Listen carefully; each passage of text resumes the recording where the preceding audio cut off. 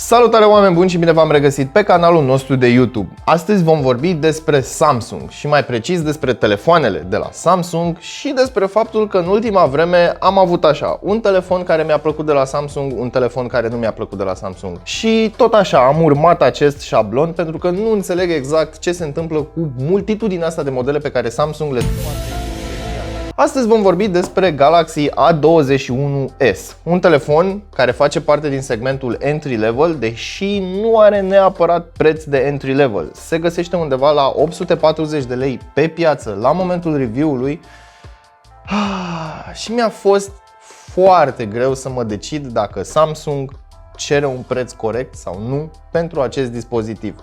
Hai să vedem despre ce este vorba, să vedem ce găsim în cutie. Evident, îl testăm, vom vorbi despre specificații și îl vom judeca un pic. Pentru că am eu așa o vagă presimțire că nu e neapărat telefonul entry level de la Samsung care mă va face să vi-l recomand cu cea mai mare căldură. E doar așa o presupunere. Dar înainte de toate, nu uita să te abonezi și să activezi notificările, iar mai apoi intră pe cel.ro/giveaway pentru a te înscrie în concurs. Dar înainte de a trece la treburile noastre, în cazul în care îți place aventura și vrei să-ți clătești ochii cu peisaje, poți să te abonezi la canalul nostru care se numește România din dronă, iar acolo poți vedea diferite orașe sau diferite scene cinematice trase cu drona și bineînțeles cu GoPro-ul. Așadar, aruncă un ochi acolo, click și în cazul în care îți place știi ce ai de făcut. Iar acum hai să aruncăm o privire mai îndeaproape asupra cutiei. Este cutia clasică a seriei A celor de la Samsung. 32 de GB spațiu de stocare intern, avem două e-mail-uri, asta înseamnă că avem două SIM-uri, să sperăm că nu este hibrid. Hai să dăm acest plic deoparte și să vedem ce găsim înăuntru, papetăria aferentă. În cutie găsim accesoriile, prima oară cheița pentru SIM, încărcătorul pe care avem inscripția cu Adaptive Fast Charge, vom vorbi despre acestea în minutele ce urmează, cablul de date și căștile care sunt negre. Hai să vedem dacă avem USB tip C. Da, avem USB tip C. Mă întreb dacă are branding.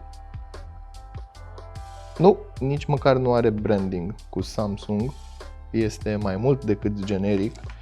Căștile, ia să vedem ce căști avem aici în pachet. Un hands-free clasic, da, acel hands-free cu care am fost obișnuiți de fiecare dată. Și telefonul în sine. Nu ne așteptăm la aluminiu, sticlă și așa mai departe. Este telefonul pe care l-am scos mai devreme din ambalaj și acum vi-l arăt pentru că trebuia totuși să-mi fac o părere. Nu este genul de telefon față de care aș vrea să fiu surprins. Dar hai să vorbim despre materialele de construcție. Plastic pe spate, plastic pe ramă, sticlă pe față și avem punch hole. Pe partea din stânga avem sertarul, este un sertar de plastic. Mare grijă cum îl introduceți înapoi pentru că are gaura separată, deci nu este gaura pe sertar și există riscul să-l bagi invers fără să-ți dai seama, să-l forțezi și să blochezi sau să rupi diverse componente prinăuntru. La baza telefonului avem grila difuzorului, gaura pentru microfonul principal, jack audio 3.5 și mufa de încărcare și transfer date USB tip C. Spre deosebire de alte telefoane din această categorie de preț, acesta este făcut din 3 bucăți: sticla display-ului, rama telefonului și componenta de plastic de pe spate, care se poate observa cum se îmbină aici, pe ramă, pe muchie. Este un design similar cu cel premium, nu cum am văzut la M21. Și pentru că tot vorbeam de design, ei bine, acest dreptunghi urât, avem 4 camere, sincer puteau să pună 4 camere în linie și să-mi pună flash-ul sub ele, aici. Avem și camera bump, ceea ce mi se pare din nou peste mână. Senzor de amprentă clasic, ceea ce mă bucură să văd că nu avem o implementare înceată a unui senzor de amprentă sub ecran. Pe partea de sus a telefonului avem doar gaura pentru microfonul secundar, iar pe partea din dreapta avem butoanele de power și butonul de volum, care au o senzație tactilă foarte plăcută. Dacă mai țineți minte, în videoclipul cu Galaxy A41 am avut eu ceva de comentat referitor la senzația pe care o au butoanele. Ei bine, nu-ți dă senzația că sunt butoane ieftine. Telefonul este foarte bine închegat, îmi place cum se simte în mână, nu este nici prea greu, nici prea subțire. Cam atât ar fi de spus despre construcția telefonului. Este un telefon confortabil, îmi place cum se simte în mână, însă va fi destul de greu de utilizat pentru persoanele ce au mâini mai mici, pentru că va trebui să te întinzi până în partea de sus a telefonului sau poți să activezi din setări swipe down pentru a trage bara de notificări în jos. Hai să vorbim acum despre display. Și aici ar trebui să fiu cât se poate de sincer cu voi. Mai întâi hai să vorbim despre rezoluție. Avem 720 pe 1600 de pixeli. Da, ați auzit bine, 720 în 2020. De asemenea avem 6,5 inch în diagonală, iar densitatea este de 270 de pixel per inch. Poate pot să trec peste acest aspect. Poate pot să trec peste faptul că densitatea nu este foarte mare, totuși este un telefon entry level, și pot să trec și peste faptul că avem o rezoluție HD+. Dar tehnologia este PLS TFT. Exact, da. Nu este IPS, nu este OLED, cum am fost obișnuiți de Samsung, Super AMOLED și așa mai departe. Însă, aș vrea să accentuez faptul că telefonul are un ecran spălăcit. Culorile sunt cât se poate de desaturate, fără viață și fără substanță. Cumva mă apucă depresia când mă uit la ecranul acestui telefon, fără să fiu rău intenționat, dar având în vedere că suntem într-o eră în care tehnologia a avansat destul de mult, mi se pare inadmisibil să dau pe un telefon un preț destul de mare și să primesc așa ceva. Nu vreau să fiu răutăcios, vreau doar să punctez acest lucru, pentru că există variante cu ecran mai bun, tot de la Samsung, tot în această zonă de preț. Și atunci am stat și m-am gândit, zic, bă, hai că nu e chiar atât de rău. O să intru în setări, unde intru de obicei, o să mă duc la display și o să caut acele setări unde pot să mă joc cu tonurile de culoare, sau mai bine spus cu spectru RGB. Și aici am avut surpriza de a nu găsi ceea ce caut, și anume acele setări pe care le știm cu toții la ecran, unde poți să pui warm, poți să pui cold, poți să pui AMOLED sau photo. Știți despre ce vorbesc, sunt acele setări pe care majoritatea telefoanelor în această perioadă le au. Aici se întâmplă să am mai multe opțiuni. Am Adaptive Display, AMOLED Cinema, AMOLED Photo și Basic. Am descărcat o poză albă pe care o voi pune pe post de wallpaper, doar pentru dragul discuției și pentru a vă arăta această aură de jur împrejurul camerei. Pe acolo lumina scapă și culoarea în zona aceea din nou este schimbată. Ce-i drept, trebuie să-i dau credit, unghiurile de vizualizare sunt foarte bune, nu se schimbă culorile în momentul în care privesc telefonul de la un unghi mai abrupt. Aș vrea să fac o mică paranteză și aș vrea să vă arăt ce se întâmplă în momentul în care umbli aiurea pe internet cu absolut orice browser. Aici am folosit browserul stock. Inițial am căutat o poză albă sau un fundal alb pe care să-l pun și să vă arăt acest aspect cu aura de jur împrejurul camerei. În schimb, am dat de un site foarte interesant care mă trimite către o pagină unde mă întreabă mereu: linkul acesta vrea să-ți afișeze notificări, vrei sau nu? Și dai deny.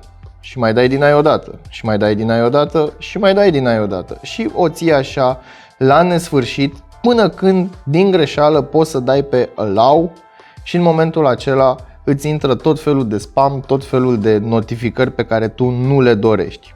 Un alt aspect pe care l-am observat și mulți nici măcar nu suntem atât de atenți. Să spunem că am intrat pe această pagină unde avem wallpaper-e. Inițial vezi foarte multe reclame, diverse reclame și un buton care sugerează că ar fi butonul de download. Îl apăs, mi se deschide un pop-up, aștept și pur și simplu vrei să dai download. Ei bine, nu acela este butonul de download, te duce către o pagină foarte ciudată unde scrie: recomandăm actualizarea aplicației Cleaner pentru Samsung.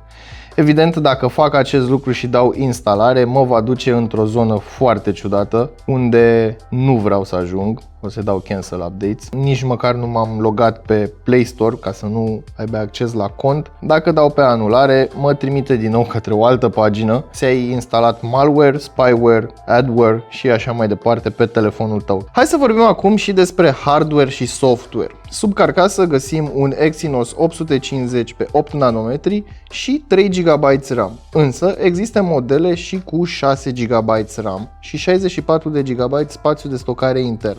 Al nostru are doar 32, însă sunt suficienți pentru câteva poze. În ceea ce privește experiența de utilizare a software-ului, ei bine, avem ultima variantă de Android și anume Android 10 cu One UI 2.1 de la Samsung. Însă, din păcate, nu avem toate opțiunile acelea premium, adică Edge Lighting, Apps Edge și așa mai departe. În schimb, avem măcar posibilitatea de a deschide aplicațiile în meniul acesta de tip pop-up. Ceea ce îmi place, pentru că pot să fac ceva prin setări sau prin altă aplicație și o pot lăsa în bară, să-i spunem. Trecând peste acest lucru, hai să vedem cum s-a descurcat și în Geekbench 5. Nu o să avem un scor astronomic, însă este suficient pentru un telefon basic. 184 de puncte în single core cu 1099 de puncte în multicore. E bine, uite că ne apropiem și de finalul acestui videoclip. Mai avem de vorbit despre baterie, cameră și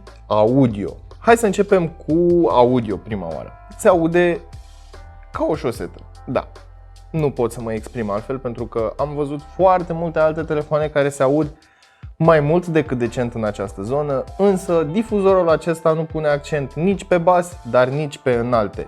Vocea este gâjâită și sunetul este distorsionat în momentul în care te îndrepți către volumul maxim. Pe căști, în schimb, semnalul este mai mult decât decent. Recomand să-ți cumperi o pereche separată și să nu o folosești pe cea inclusă în pachet doar dacă ai nevoie de hands-free. Însă dacă dorești să asculți muzică, îți poți cumpăra o pereche de căști separată pentru că telefonul este în stare să redea semnal destul de bun. Pe partea de conectivitate avem Bluetooth 5.0 cu A2DP și Low Energy. Deci nu aptX, nu aptX HD și alte codecuri care să-ți îmbunătățească experiența audio pe Bluetooth.